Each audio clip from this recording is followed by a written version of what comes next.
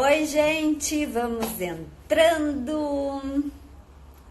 Já vamos daqui a pouquinho dar início à nossa aula 4, né? Oi, Helenice, tudo bem? Seja bem-vinda. Tudo de precatórios, não, esse é bom, ó.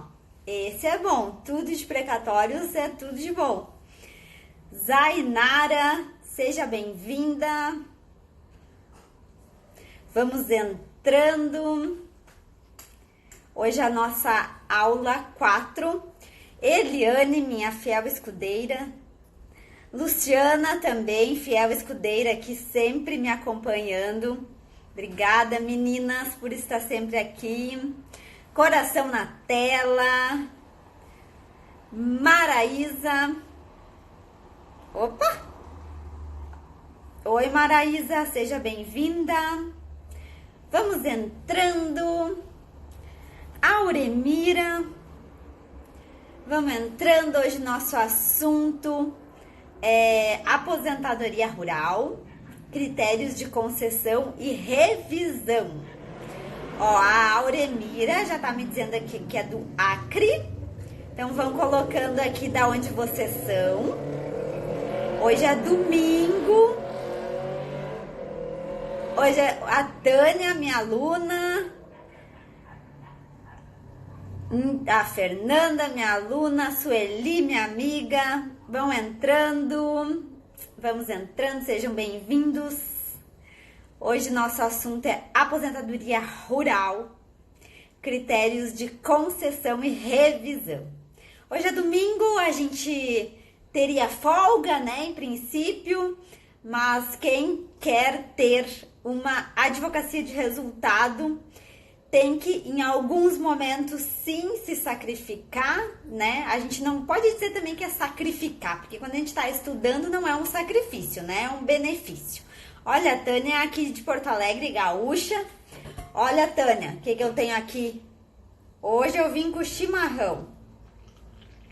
Na live de domingo, eu trouxe o chimarrão. A Mariana, que também sempre me acompanha aqui. Eu vou dando início, né, à live de hoje, a nossa aula 4 da aposentadoria rural. E uma das primeiras coisas, assim, que eu quero explicar para vocês é as categorias, tá? A gente tem algumas categorias. Ó, a Mariana é de Rondonópolis. Isabela, Claudeilton, Luiz Carlos, Valmir, vamos entrando, sejam bem-vindos. Hoje eu tô com chimarrão. E quando a gente fala de aposentadoria rural, a gente tem algumas categorias, tá? Tem a categoria do empregado rural, o empregador rural, o contribuinte individual rural e o trabalhador avulso, tá? Olha, Doris, tudo bem, Doris? A Marinês também, que tá sempre aqui me acompanhando. Então, cada categoria, ela pode ou não se enquadrar na categoria de segurado especial, que é a categoria que a gente vai falar hoje, tá? Hoje, o assunto é segurado especial. Então, eu posso ser um contribuinte individual e estar na categoria de segurado especial, como eu posso ser um contribuinte individual e não estar na categoria de segurado especial, tá? Vai depender de outros requisitos. Seja bem-vindo, Valmir. Doutora Ivone. Então, eu quero explicar para vocês o que é segurado especial, tá? Porque o segurado especial é aquele que ele vai poder se aposentar sem o pagamento do INSS, tá? Então, ele não precisa contribuir para o INSS para ele se aposentar. Então, o segurado especial, ele vai ser uma pessoa física, tá? Obrigatoriamente. Não tem como segurado especial ser uma pessoa jurídica, uma empresa. Ele é uma pessoa física. E ele pode ou não residir no imóvel rural. Porém, tem um requisito importante. Ele tem que laborar no rural, tá? Então, o labor dele tem que ser rural. Quem é o segurado especial? Ele pode ser o pescador, só que tem que ser o pescador artesanal, tá? ele pode ser o agricultor, só que o agricultor tem que ser familiar, não necessariamente tem que a família toda, eu vou explicar isso logo em seguida, tá? Mas ele tem que ser em regime de economia familiar. Ele pode ser o seringueiro e ele pode ser o índio. Tudo isso é segurado especial que tem direito à aposentadoria rural. O índio, esses dias alguém me mandou um direct, eu nunca peguei caso de índio, tá? Mas eu verifiquei que como que funciona, assim como o agricultor pode ou não ser segurado especial, o índio também, ele pode ou não ser segurado especial. Então, ele tem que ter essas características, que é trabalhar em regime de economia familiar e com auxílio apenas eventual de terceiros. Ele não pode ter empregados, vários empregados, ele pode ter um número limitado de empregados, tá? Então, a gente tem que ter essa noção que tem que ser a pessoa que trabalha até 4 num lugar, né, num espaço, por exemplo, o agricultor. As terras, elas devem ser de até 4 módulos fiscais, tá? O que isso significa? Tem que verificar o que é o módulo fiscal dependendo da região. Mas é em torno, assim, ó, de uns 30 hectares, mais ou menos, tá? Não é isso exatamente. Então, a gente tem que analisar isso, mas vai dar em torno de uns 30 hectares. Quando a gente for chamar o cliente para saber se ele é ou não segurado especial, a gente vai pegar uma ficha de atendimento, os meus alunos todos vão ganhar essa ficha de atendimento e a gente vai fazer várias perguntas. E uma das perguntas é se tem empregado, qual o tamanho da terra. E quando se fala de tamanho da terra, a gente tem que ver o tamanho da terra total e o tamanho da terra de área útil, tá? Então, tem essas também características. São muitos detalhes, tá? O artigo 11, parágrafo... Olha, Rô! Oi, Rô! Rô não, pessoal, sigam a Rô, é Rosana Amaral R, isso? Rosana Amaral R. Sigam ela para ter material de marketing jurídico, ela é fera, tá? Fica aí minha dica. Então, quando a gente fala de segurado especial, o artigo 11, parágrafo 1º da Lei 8.213. Teve pessoas que me perguntaram, como é que eu estudo previdenciário? Primeiro lugar, Lei 8.213 de 91, tá? Gente, então já anota aí, Lei 8.213 de 91 é a lei da Previdência Social. O que diz o parágrafo 1º? Entende-se como regime de economia familiar, atividade em que o trabalho dos membros da família é indispensável à própria subsistência e ao desenvolvimento socioeconômico do núcleo familiar e exercido em condições de mútua dependência e colaboração sem auxílio de empregados permanentes, tá? Então, tem esses requisitos, que é o regime de economia familiar, o requisito é que a renda, a atividade seja essencial para a subsistência da família e é essencial também que não tenha empregados de forma permanente, certo? Então, esse é um dos requisitos aí, esses são alguns dos requisitos, tá? Qual que é a vantagem de ser aposentado rural? De ser segurado especial para conseguir aposentadoria por idade rural. A aposentadoria por idade rural, ela vai ser concedida 5 anos mais cedo do que o segurado urbano. Então, enquanto o segurado que vai se aposentar, tá, a gente tá falando da regra anterior, tá? Agora já deu uma alterada, porque a gente teve a reforma, então agora é 62 anos mulher e 65 anos o homem e 15 anos de contribuição ou 20 anos de contribuição para o homem que ingressou no sistema depois da reforma da Previdência. Mas vamos supor que a gente esteja na regra antiga, porque tem muitos casos de direito adquirido. E hoje eu recebi uma pergunta, até fiz um vídeo explicando em relação ao meu curso, em relação a direito adquirido, em relação às regras novas, tá? O meu curso, a maioria dele vai ser baseada na regra antiga. Por quê? Porque não é tudo que alterou, gente. tá? Então a gente tem que saber a matéria antiga para depois aprender o novo. Não tem como tu aprender só o novo, é impossível. Tu vai ter que primeiro aprender a regra antiga para depois aprender o novo, tá? Então, como que era na regra antiga, Lei 8.213, redação ali da aposentadoria por idade normal. 60 anos para mulher e 15 anos de contribuição, 65 anos para o homem e 15 anos de contribuição, tá? Como que vai funcionar para o trabalhador rural segurado especial? Reduz 5 anos. 55 anos para a mulher e 15 anos de atividade rural. E 60 anos para o homem e 15 anos de atividade rural. Qual que é o requisito que é muito, muito, muito importante quando a gente fala de segurado especial para fins de concessão de aposentadoria por idade? Alguém sabe aqui qual o requisito que é fundamental, além de cumprir a idade e o tempo de trabalho rural? Qual que é o outro requisito? O outro requisito é que a pessoa deve estar trabalhando no meio rural quando do implemento dos requisitos, tá? Então, outra coisa aqui que a gente tem que prestar bastante atenção, anotem isso, tá? Eu não preciso ter a implementação. Ó, a Andressa respondeu, estar trabalhando no meio rural. Isso aí, Andressa, parabéns. É isso mesmo. Então, eu não preciso necessariamente cumprir com os dois requisitos na mesma época. Eu não preciso fechar os 15 anos de contribuição e ter a idade, que é no caso dos 55 para mulher e os 60 para homem, de forma, né, concomitante. Não preciso, tá? Mas quando eu fechar os dois requisitos, eu devo estar na zona rural, trabalhando na zona rural, tá? Bem-vinda, Camila. Camila é minha aluna. Edilson, Indiada, Cavalieri, sejam bem-vindos. Então, a gente tem que ter noção de que a gente não precisa cumprir os dois requisitos de forma concomitante.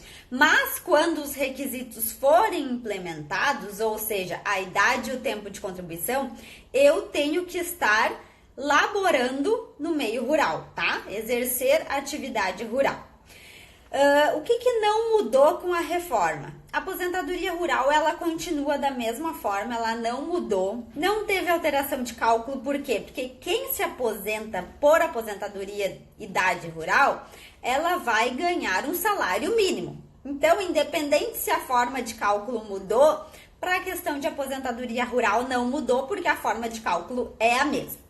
Só que uma coisa que a gente tem que ter bem visível, né, que é diferente uma coisa da outra, é a aposentadoria por idade rural, ela é diferente da conversão, do acréscimo do tempo rural para fins de aposentadoria por tempo de contribuição, tá? Uma coisa, outra coisa, outra coisa. Oi, Rude, Bi, Nath, Jaqueline, sejam bem-vindos. Então, o que acontece? Quando eu vou computar o serviço rural do meu cliente na aposentadoria por tempo de contribuição, a regra de cálculo vai mudar, tá? Então, não é salário mínimo, daí tu vai fazer a regra de cálculo da aposentadoria por tempo de contribuição, que pode ser por direito adquirido, né, que é fazer a média dos 80% maiores salários de contribuição e aplicar o fator previdenciário, ou pelas regras novas de transição, daí dependendo de cada regra, vai ser uma forma de cálculo diferente, mas a regra geral estabelece que seja 100% dos salários de contribuição, e aí tu aplica 60% mais 1%, mais 2% a cada ano trabalhado, se superar 15 para mulher e 20 para homem. Essa aula vocês vão ver que é a aula de ontem, que é a aula da reforma da Previdência. Então, para quem tiver dúvidas a respeito do cálculo, vai e assiste a aula 3, que é a aula da reforma da Previdência, e vai verificar ali como é que faz o cálculo de acordo com cada regra de transição, tá? Mas hoje aqui a gente vai falar da aposentadoria do rural. Então, como que a gente pode fazer para acrescentar esse período rural na aposentadoria do nosso cliente? Primeiro lugar, a gente tem que verificar se o trabalho rural ele foi exercido até 31/10/91. Por quê? Porque até 31/10/91, se a pessoa exerceu atividade rural, ela não precisa indenizar o INSS. O que é indenizar o INSS, tá? Indenizar o INSS é pagar a previdência social daquele período. Então, se tu quiser que o teu segurado especial, tá? O teu trabalhador, o teu cliente, ele compute a aposentadoria rural, ele compute o tempo rural na aposentadoria por tempo de contribuição. Se for depois de 31/10/91, tem que indenizar. Só que como que eu vou fazer para indenizar? Eu tenho que fazer toda a prova de rural e o INSS tem que aprovar esse período rural para sim tu poder pagar e indenizar esse período e esse período ser contado para fins de aposentadoria. Mas esse período não vai ser contabilizado como carência, vai ser contabilizado apenas como tempo de contribuição. E qual que é a diferença de carência para tempo de contribuição? Hoje não vai dar tempo de falar aqui, mas quem é meu aluno vai sim ter uma aula sobre isso, que é a diferença entre carência e tempo de contribuição, tá? Então, gravem essa data, 31/10/91, quem trabalhou até 31/10/91 não precisa pagar o INSS para computar o tempo rural na aposentadoria por tempo de contribuição. Oi, mãe, tudo bem? Bota coração na tela, a família tem que botar mais coração na tela. E vamos botando coração na tela para eu deixar essa live gravada, senão daqui a um pouco eu vou pensar se eu vou deixar ou não essa live gravada, tá? Não é certo que eu vou deixar. Vai depender do número de pessoas que tiver ao vivo aqui comigo, tá? Então, é bom vocês fiquem aqui, assistam ao vivo.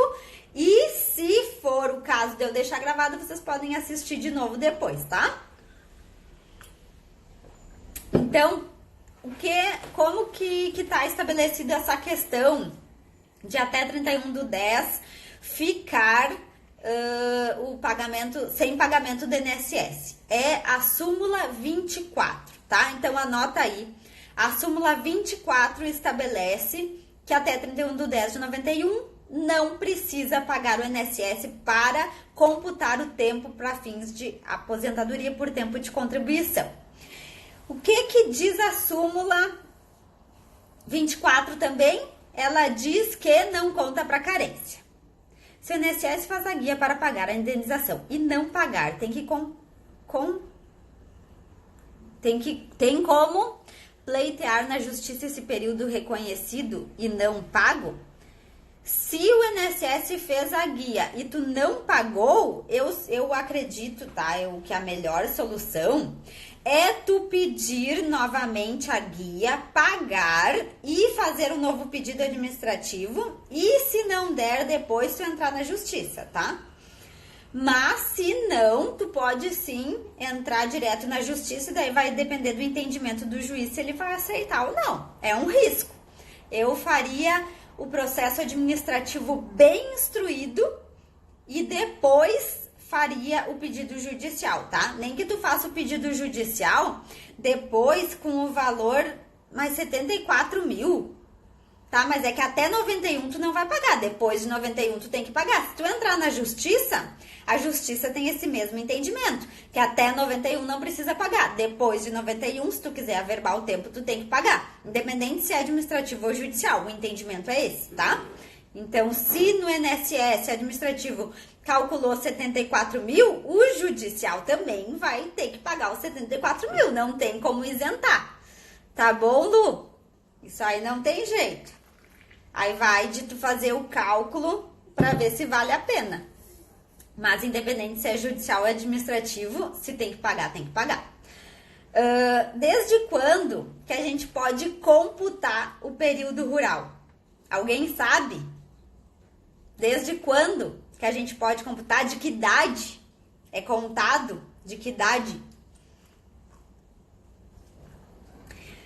Então, respondam para mim.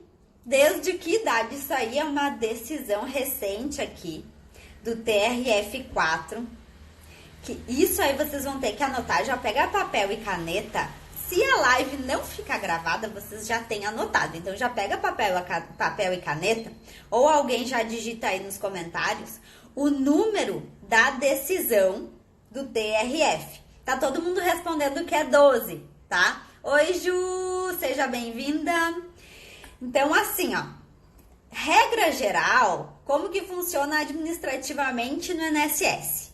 O INSS, ele admite desde os 12 anos de idade, tá? Mas tem uma decisão do TRF que estabeleceu através de uma ação civil pública, tá? Que vale em todo o território nacional. Então, prestem atenção que essa informação é valiosíssima.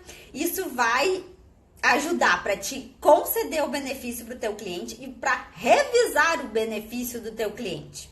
Então anota aí, ACP. Alguém pode anotar nos comentários, porque se a live não ficar gravada, vocês têm anotado aí o número da ação civil pública que estabeleceu o quê? Que a atividade rural, ela pode ser reconhecida desde antes dos 12 anos, tá? Pode ser admitida desde os 8 anos de idade. ACP 50 17 267 34 2013 404 7100, tá? Para quem não conseguiu anotar, depois me manda um direct que eu vou sim passar para vocês o número dessa ação civil pública válida em todo o território nacional, que estabeleceu que é contado antes mesmo dos 12 anos, tá? E tem uma lista, se vocês quiserem depois pesquisar no site do INSS, tem uma lista com as ações civis públicas que o INSS deve obedecer. E essa é uma delas. Então, no site do INSS tem uma tabela, e nos meus alunos eu vou disponibilizar, porque já está salvo aqui no material, que fala que o rural deve ser... a Juliana disse que tem a jurisprudência, tá? Tá, é para repetir, vou repetir. 50, 17, 26, 7, 34, 2013, 404, 7100, tá? Anotem aí, isso aí é importantíssimo para te conseguir fazer a concessão e a revisão, tá? Então, imagina tu fazer a revisão dos benefícios dos teus clientes. E falando em revisão, tá? Eu quero falar para vocês, eu até coloquei ali uma informação no post de um processo. Olha, a Fernanda escreveu aqui, então gravem ali, façam print da tela, já faça o print da tela, que a Fernanda colocou ali o número da ação civil pública, tá? A Andressa também colocou. Então, eu vou contar pra vocês de um processo meu, tá? E vou botar o número do processo também. Vou botar o número do processo, deixa eu achar aqui o número do processo para passar para vocês.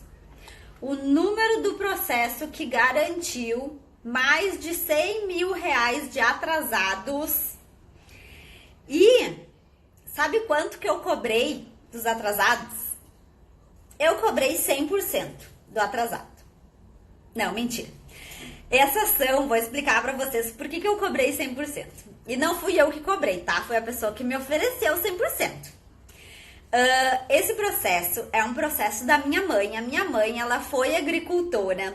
Ela era segurada especial. Ela nasceu na roça. Ela trabalhou na roça durante muitos anos. Meu pai e minha mãe, tá? Os dois foram agricultores. Os dois, eles conseguiram computar o tempo do rural na aposentadoria deles, tá? Então, quando meu pai encaminhou o pedido de aposentadoria e quando minha mãe encaminhou o pedido dela, eu não era formada ainda. Oi, Eleusa, tudo bem? Eu não era formada. Olha o Adão, parabéns, Adão. Vou te dar os parabéns agora ao vivo aqui. O Adão tá de aniversário hoje. E deixa eu contar a história do processo do meu pai. Olha, a gente atingiu 30, eu vou deixar a live salva, tá? Mas não saiam daqui porque essa história é interessante. Meu pai e minha mãe foram agricultores e os dois computaram o tempo rural na aposentadoria por tempo de contribuição deles. Os dois encaminharam a aposentadoria, eu não era formada ainda, então eu nem tinha conhecimento de direito previdenciário, porque eu não fiz a cadeira de previdenciário na faculdade, já falei isso pra vocês, né? E quando eu entrei na advocacia previdenciária, que foi... Ó, a Eleusa tá de aniversário de casamento, então parabéns, amiga, sejam muito felizes. Quando eu comecei na advocacia previdenciária, que foi 2008, eu descobri, analisando o processo da minha mãe, que ela tinha um período rural de 5 anos para crescer, porque o INSS, ele analisou as provas através, né, dos critérios do INSS. E aí eu verifiquei que dava para acrescentar 5 anos, porque foi, acho que a partir dos 17 anos que foi considerado no caso dela. E tinha várias provas de que ela tinha nascido na zona rural, e antes o INSS considerava a partir dos 12 anos, tá? Agora a gente tem recentemente a ação civil pública estabelecendo os 8 anos. Mas naquela época era 12. Então eu peguei e entrei com processo de revisão. Eu vou passar o número do processo aqui para vocês. Vocês podem entrar através do EPROC, tá? Podem entrar, vocês vão verificar ali com o número do processo, vocês podem pegar a inicial. Vocês podem ver todos os documentos que eu juntei. E eu consegui R$116 mil de atrasado. Só que antes de saber que o valor dos atrasados daria 116 mil, o meu pai chegou pra mim e disse assim: tu vai entrar com aquele processo da tua mãe de revisão, né? Os atrasados vão ficar contigo, deixa, daí tu fica os atrasados pra ti. Por isso que eu disse que me ofereceram 100%, tá? Aí, meu pai me ofereceu 100% e minha mãe concordou. Então tá, 100% dos atrasados fica com a Ana. Tá, sou filha única, né? Aliás, mais velha, porque teve outro aborto depois, então eu sou mais velha. Mas, quando saiu o valor dos atrasados, que deu 116 mil, aí meu pai e minha mãe chegaram e disseram assim: não, olha só, divide o valor. E aí eu recebi 50% dos atrasados. E minha mãe teve um acréscimo na aposentadoria dela, que ela recebe quase o teto, tá? Porque ela se aposentou em 99. Em 99 eram os últimos 36 salários de contribuição. E aí como que funcionava? As pessoas tudo pagavam o teto antes de se aposentar, para se aposentar pelo teto.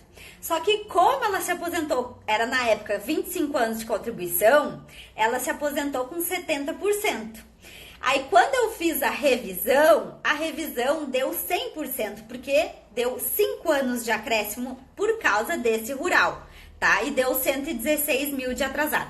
Anota aí, eu vou passar o número do processo para vocês depois podem entrar lá, o processo é público, vocês podem olhar tudo que eu juntei. Teve uma questão de decadência levantada, aí o acórdão depois foi favorável. Não foi híbrida, Ju, foi aposentadoria por tempo de contribuição com cômputo do rural, tá? Só que ela se aposentou em 99. Então, em 99, a forma de cálculo era os últimos 36 salários de contribuição. Então, anotem aí o número do processo. 50, 20, 742. Alguém coloca nos comentários, por favor? 03, 2015, 404, 7108. Tá? Esse processo é meu, né? Eu que entrei com esse processo para pedir a revisão da aposentadoria. Então, olha a importância da gente saber os requisitos de uma aposentadoria rural para a gente conseguir fazer a revisão do benefício dos nossos clientes. Porque além dos 116 mil de atrasado, ela recebeu um acréscimo enorme na renda mensal dela. Então, graças a esse processo, ela recebe quase o teto do INSS hoje e teve um baita de um dinheirinho de atrasado, né? Que a gente dividiu, né? 50% para cada uma. Então, prestem atenção nos detalhes, prestem atenção se o segurado vai ou não se enquadrar como segurado especial, tá? Porque isso vai definir a possibilidade de entrar com essa revisão. Porque se não for segurado especial, não tem como fazer sem pagar até 91, que é aquilo que eu expliquei antes, tá? O que mais? Antes de 12 anos, tem essa questão aí. Se a pessoa teve contrato urbano, tá? Vamos supor que ela é segurada especial a vida inteira. E aí ela vai se aposentar, no caso da mulher, com 55 anos de idade. E aí ela teve alguns contratos urbanos nesse período intermediário aí, que ela estava na roça, dela saiu da roça, dela trabalhou um pouquinho na zona urbana, depois ela voltou para a roça. Vocês acham que esse contrato urbano, ele vai impedir a concessão da aposentadoria rural, por idade rural? Agora a gente voltou para aposentadoria por idade rural, tá? Antes eu estava falando da aposentadoria por tempo de contribuição com a averbação do rural. E agora eu estou falando da aposentadoria por idade rural, que é a reduzida, reduz 5 anos. Se tiver alguns contratos urbanos intermediários, se esses contratos forem curtos, não vai impedir a aposentadoria rural, tá? Então, anotem isso aí também, que é bem importante. Agora, tem também, deixa eu ver a súmula, deixa eu ver qual que é a súmula. Súmula 46 da TNU, anota aí, tá? Súmula 46 da TNU. O exercício de atividade urbana intercalada não impede a concessão de benefício previdenciário de trabalhador rural, condição que deve ser analisada no caso concreto, tá? Então, cada caso é um caso, como tudo no direito depende, mas se for períodos curtos, não vai ter problema nenhum. Súmula 24 eu já falei pra vocês, tá? Antes eu falei da súmula 24, que fala que até 91 não precisa indenizar, não vai ter efeito de carência. E a questão da prova. Tem outra coisa que eu vou falar aqui antes. Vamos supor que a pessoa tenha 55 anos de idade. Ela já tinha 15 anos de atividade rural, é uma mulher, tá? Uma mulher com 55 anos de idade. Ela já tinha 15 anos de atividade rural. Só que ela não encaminhou o benefício, porque ela não sabia que com 55 anos ela se aposentava. E aí, aconteceu um problema com a filha, ela foi embora para a zona urbana e parou de exercer a atividade rural. E agora ela tá lá na zona urbana, tá? E agora ela tem 65 anos de idade.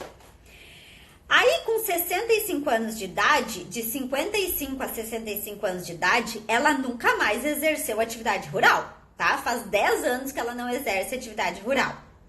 Vocês acham, tá? Se essa pessoa fosse te procurar e dissesse: doutor, doutora, eu posso me aposentar porque eu era trabalhadora rural, fiquei 20 anos na roça, mas faz 10 anos, eu tô com 65 anos, faz 10 anos que eu não tô mais no rural.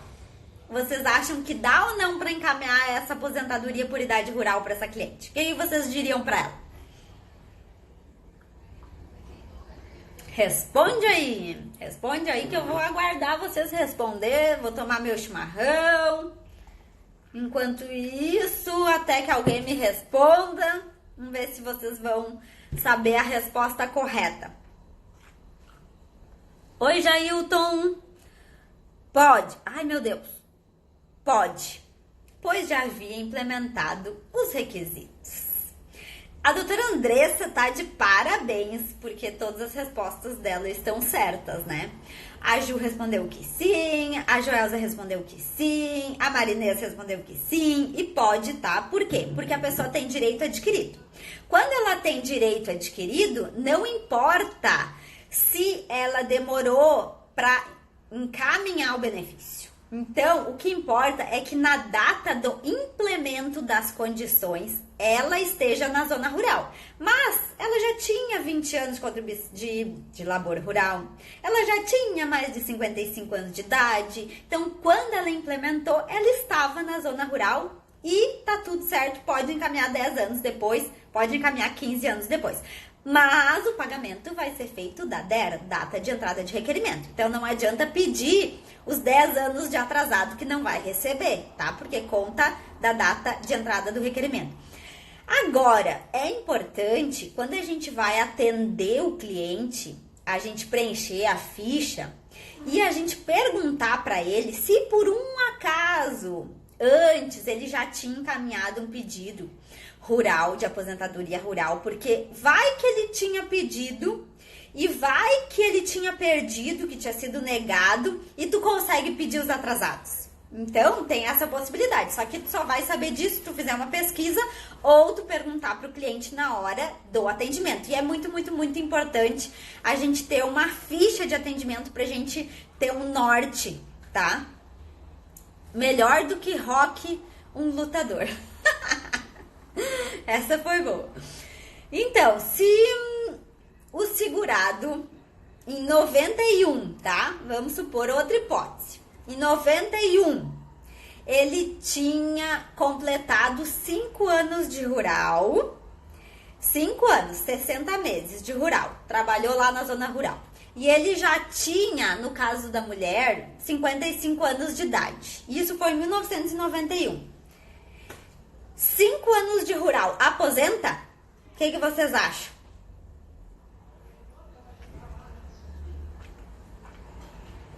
Ele em 91 tinha 5 anos de rural, mas ele já tinha, no caso da mulher, 55 anos de idade. Acha que aposenta ou não? Tem que ter 15. Ó, o Matheus, meu primo, entrou aqui. Meu primo vai encaminhar depois a aposentadoria rural do tio dele, do Dinho, né, Matheus? Ó, a Eleusa respondeu. Sim, tá? Por quê? Porque em 91, a tabela progressiva da aposentadoria rural, ela estabelecia que bastava 60 meses de rural para aposentar. Depois disso, ela foi acrescentando 6 meses, então até 91, 92 era... Deixa eu ver se eu tenho a tabela aqui para falar para vocês. Mas se eu não tiver, eu já vou dizer para vocês aonde que tá essa tabela, tá? É uma tabela progressiva da aposentadoria por idade. Ela é no artigo 142 da Lei 8.213. Então, ali, não necessariamente teu cliente precisa ter 15 anos de rural.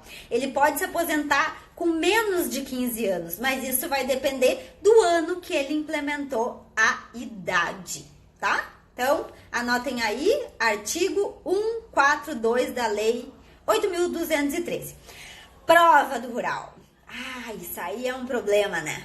A prova do rural. Artigo 106 da Lei 8.213. Antes, valia a prova, a declaração do sindicato rural. Esse artigo foi revogado. Então, para quem acha que, eu vou me aposentar pelo rural, é só ir lá no sindicato pegar uma declaração, tá muito enganado, porque a declaração do sindicato rural, ela não é mais válida como prova. Por quê? Porque tinha muita fraude. Muita fraude, tá? Então, o que o artigo 106 fala? As provas, tá? De rural. Contrato individual de trabalho ou carteira de trabalho. Contrato de arrendamento, parceria ou comodato rural. Não necessariamente tu precisa ser proprietário da terra para conseguir uma aposentadoria rural. Tu pode ser arrendatário, tu pode ter um comodato, tá? Só que tu tem que ter o contrato, tu tem que ter a prova. Declaração de aptidão ao Programa Nacional de Fortalecimento da Agricultura Familiar. Bloco de notas de produtor rural. Bloco de notas é uma coisa mais recente, né? Quando a gente fala de averbação de tempo rural, que é o tempo antes de 91, até hoje, eu acho que eu nunca vi um bloco de notas de produtor rural de antes de 91. Não lembro de ter visto. E eu atuo no previdenciário desde 2008. Esse negócio de bloco de notas é uma coisa mais recente. Então, normalmente quem hoje atua no rural, hoje a pessoa tem o bloco. Mas antigamente não é normal a pessoa ter, tá? Então, o que mais? Certidão do INCRA, tá? A certidão do INCRA, tu mesmo pode pedir pro teu cliente. Tem um requerimento, quem é meu aluno vai receber o requerimento. E tem um requerimento, que é do INCRA, que a gente faz a solicitação dessa certidão do INCRA. Então, antigamente, a gente tinha que ir até a capital, para ir até o INCRA, para solicitar esse documento. Hoje, a gente envia por correio, e eles rapidinho, aqui no Rio Grande do Sul é rapidinho, tá? Porque eu moro numa cidade que é em torno de 100 quilômetros de distância da capital. E a gente antes tinha que ir até Porto Alegre, que é a capital, para solicitar essa certidão do INCRA. Hoje, a gente preenche o formulário e a gente envia para o INCRA por e-mail. Por e-mail não. A gente envia por correio e aí eles nos retornam com a certidão por correio também. É bem facinho, assim, é bem fácil hoje em dia de conseguir essa certidão do INCRA. E o que a gente pode também utilizar de provas? Eu peço sempre, que é uma coisa que normalmente as pessoas têm, certidão de nascimento, porque daí tá escrito ali, pai, agricultor ou lavrador. Mãe normalmente é escrito do lar, tá? Então, vocês geralmente vão encontrar uma certidão de casamento escrito pai agricultor, mas a mãe normalmente é do lar. Mas isso não significa que vai descaracterizar, tá? É normal, porque naquela época eles se qualificavam dessa forma. Certidão de nascimento dos irmãos. Então, tu vai pedir a certidão de nascimento do teu cliente e tu vai pedir a certidão de nascimento dos irmãos. Naquela época, assim, quando as pessoas eram mais antigas, mais velhas, normalmente tinham 10 irmãos, né? E aí tu vai pedir de todos que ele conseguir, porque daí tu consegue provar um período grande, porque vai estar escrito ali que o pai é agricultor, né? Se o segurado é especial, obviamente, né? Se não for, daí vai dar problema. Se não for segurado agricultor, não adianta nem juntar. E tem uma súmula, deixa eu falar aqui a súmula para vocês que falam disso, porque o INSS, ele exige, Fernanda, histórico escolar também, tá? Histórico escolar também é uma coisa fácil de conseguir, normalmente os clientes conseguem.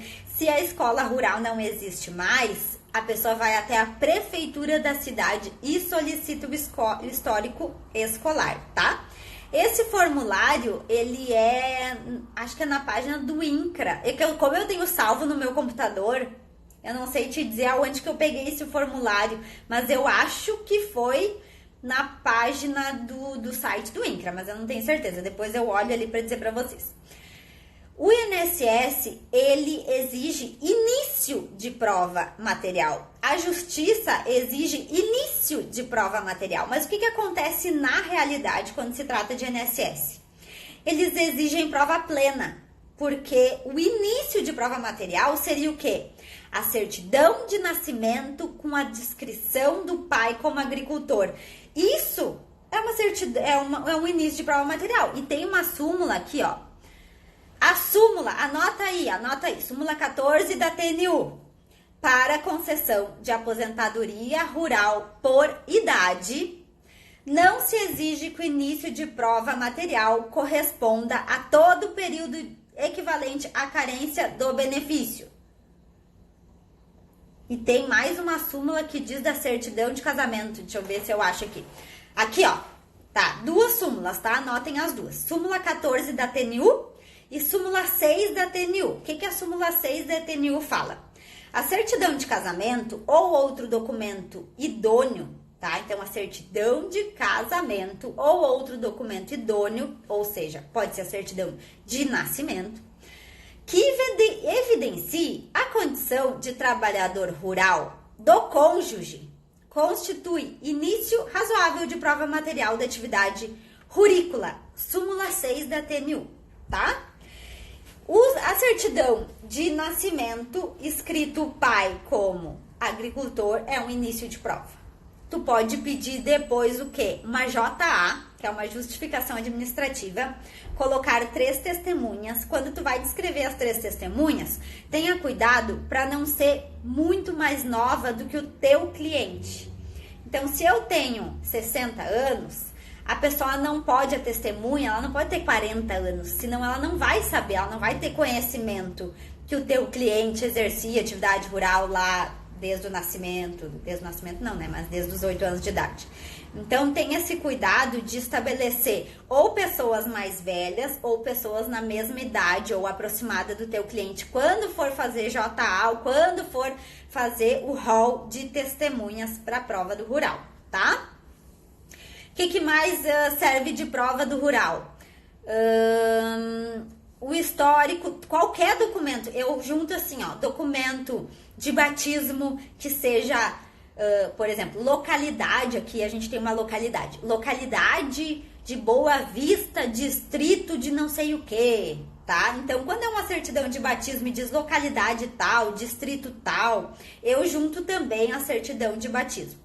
O rol do artigo 106, ele é só exemplificativo. Então, tudo que tu achar, matrícula das terras, documento de terra, escritura, tudo que diga ali pai agricultor ou marido, né? Se vai provar o período que o teu marido é o dono da terra, tu vai botar o marido agricultor, tudo que tiver agricultor. Tem um documento que eles chamam de terceira, tá? Que é o documento de, não é de alistamento militar, mas é de dispensa. É certificado de dispensa do serviço militar. Eles chamam aqui de terceira, tá? Então, quando for pedir pro teu cliente, se tu é do Rio Grande do Sul, não sei nas outras localidades, mas no Rio Grande do Sul todo mundo conhece por terceira, tu pede a terceira. E nessa terceira aí, que é esse documento, diz normalmente ali profissão agricultor. Então, esse também é um documento que normalmente as pessoas guardam. Então, é fácil da gente conseguir. A gente não precisa ter prova ano a ano, tá? Vamos supor que meu cliente exerceu atividade rural de 80 a 90. Eu não preciso ter um documento de 80, um de 81, um de 82, um de 83. Não precisa, tá?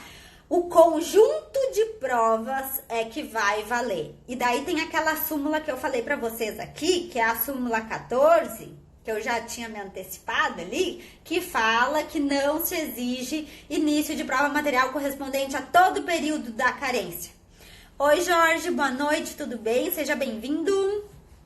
Então, anota aí essa súmula. E outra coisa, a questão da ficha da declaração do sindicato, né, que foi revogada, que não vale mais como prova a declaração do sindicato. A declaração do sindicato, ela era expedida, por exemplo, o segurado, ele prestou serviço de 80 a 90. E a declaração do sindicato, ela era expedida hoje, por exemplo. Se tu for pedir hoje, a declaração vai ser expedida com a data de hoje. E aí tem a súmula 34 da TNU, que fala, para fins de comprovação de tempo rural, o início da prova material deve ser contemporâneo. E essa súmula, ela tem ligação com essa declaração do sindicato. Então, tu não vai valer a declaração do sindicato, porque a declaração do sindicato ela não é contemporânea, tá? Ela vai ser expedida hoje. Porém, se tu pedir a ficha de registro do sindicato, essa sim, ela é expedida na data, né, na época. Então, vamos supor que meu pai, ele tem inscrição no sindicato rural. Quando que ele se inscreveu? Em 1970. Então, essa ficha, ela vai ser com a data de 1970. Se eu pedir uma declaração de sindicato, ela vai ter a data de hoje. E daí ela não vai ser contemporânea. Agora, a ficha de registro vai ser a data do registro. E aí ela vai ser contemporânea aos fatos. Por isso que ela é válida. Que mais? Hoje em dia, a gente vai precisar preencher a autodeclaração do trabalhador rural. E essa autodeclaração, até eu salvei aqui, A gente tinha um formulário no INSS.net, que ela é uma declaração antiga, tá? Que é uma declaração de 2017. Então, a gente tem que ter cuidado para preencher a declaração atual, que ela é de 13 de setembro de 2019. Ela é bem recente. Anota aí, ofício circular 46 de Irbem, 13 de setembro de 2019. Essa é a ficha atual. Se tu preencher conforme aquela ficha antiga, o INSS vai fazer uma exigência e vai mandar tu preencher a ficha atual, que é a autodeclaração de segurado especial do ofício 46 de 13 de setembro de 2019. Onde que eu acho essa autodeclaração? No site do INSS.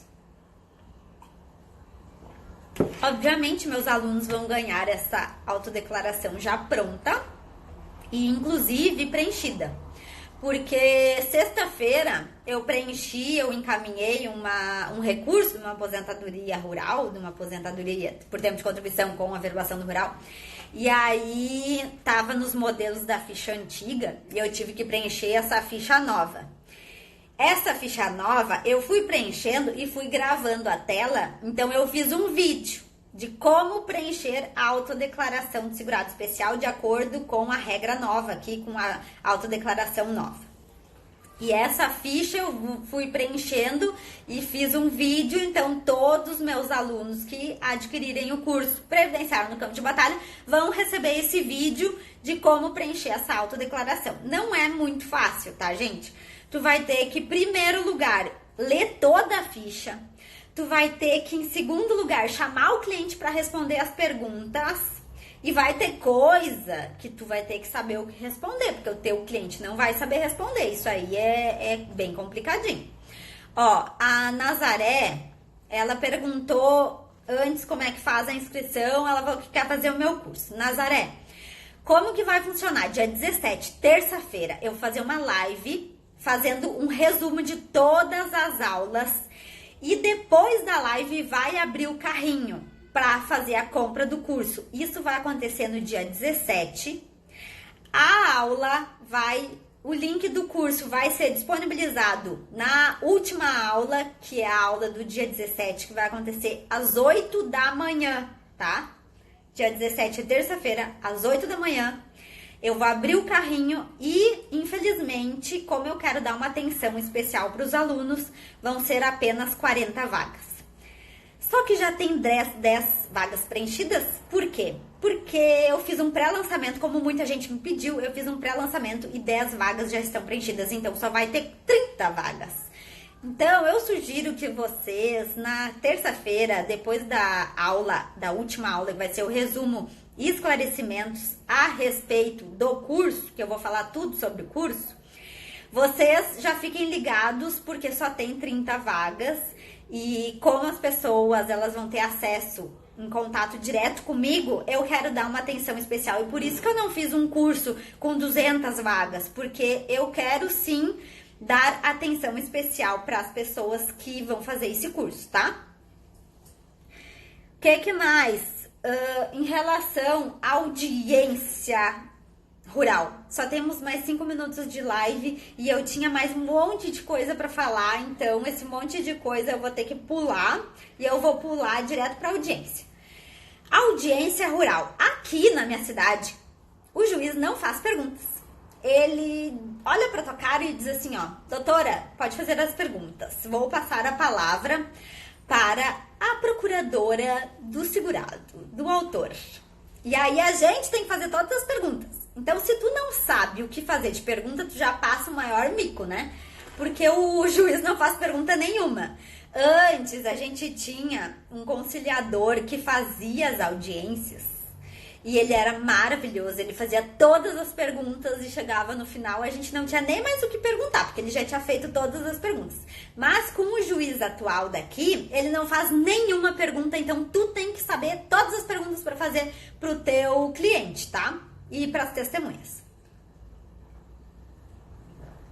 Perguntas, que eu tenho uma lista, eu tenho um roteiro para conversar com o meu cliente antes da audiência, para saber o que é exatamente cada coisa e não dá complicação na hora lá de responder. Eu posso ouvir as testemunhas antes da audiência? Ouvir as testemunhas tu não pode instruir as testemunhas, tá? Então, diferente de tu dizer pra testemunha o que ela pode, o que ela não pode falar e o que ela deve falar, tu tem que sim ouvir pra saber o que tu pode perguntar. Porque se tu não sabe qual período a pessoa vai comprovar, porque vamos supor que é um período muito longo, e aí tu vai ter que saber qual período que a pessoa vai comprovar pra saber quais perguntas tu pode fazer. Então, tu não pode instruir testemunha, mas conversar com a testemunha pra ver o que ela sabe, o que ela não sabe, tu pode. Então, perguntas que você deve ou o juiz vai fazer na audiência rural. Ele vai perguntar, né? Primeiro, se exerceu o labor rural, qual foi a época, se as terras eram de quem, se era proprietário, se era arrendatário, se era em nome do pai, se era em nome do tio, era em nome do marido. E aí vai perguntar o tamanho das terras. Então, é importante que a gente já tenha todas as perguntas, a gente já saiba todas as perguntas para já perguntar antes da audiência para o cliente para não ter surpresa. Qual que é o tamanho das terras? Isso é importante. Depois que tu sabe o tamanho das terras, tu vai perguntar se toda a terra é produtiva, porque acontece muito, principalmente assim, são 30 hectares. Mas passa um rio no meio, tem muitas pedras, então tu vai perguntar qual que é a área produtiva. Normalmente de 30 hectares, a área produtiva vai ser entre 5 e 10 hectares, normalmente, tá? O que mais tu vai perguntar pro teu cliente? Se tinha empregado. Por quê? Porque não pode ter muitos empregados. Tu pode ter, na época da safra, tu ter um empregado, ou tu trocar, era muito comum acontecer, né? Eu tenho a safra de tal coisa e o vizinho tem a safra de tal coisa. E daí a gente trocava. Na safra dele eu trabalhava lá e na minha safra ele trabalhava comigo, tá? Isso é muito comum. Aí tu vai perguntar se tinha máquina agrícola. Não pode ter muitas máquinas agrícolas. Normalmente eles têm arado, tá? Tu vai perguntar se quem é que trabalhava na zona rural junto com a pessoa. A família também trabalhava na zona rural ou era tu sozinho? Pode a família exercer atividade urbana? Pode, mas tem um critério. A atividade rural, ela tem que ser essencial para a subsistência da família. Esses dias eu recebi uma pergunta a respeito disso, tá? Que, gente, vai acabar a live. Eu vou ter que encerrar. Não vai dar tempo de falar tudo, porque a gente já vai acabar a live e eu vou ter que deixar a live salva, senão não vai dar tempo. Então, amanhã a gente volta. Eu ia falar de aposentadoria por idade híbrida, não deu tempo. Eu ia falar de pegar documentos para o cliente, não deu tempo. Mas eu vou falar tudo isso no meu curso e o carrinho vai abrir dia 17. Mas amanhã a gente ainda tem uma live que vai acontecer às 20h30. E amanhã eu vou falar de revisão de benefícios. Vou falar para vocês antes que acabe a live, já tive uma revisão de benefício que o atrasado deu mais de 400 mil reais. Então, fiquem ligados amanhã na live, às 20h30, que eu vou te contar qual é essa revisão que gerou um atrasado de 400 mil reais, tá? Façam o print pra gente deixar a live salva.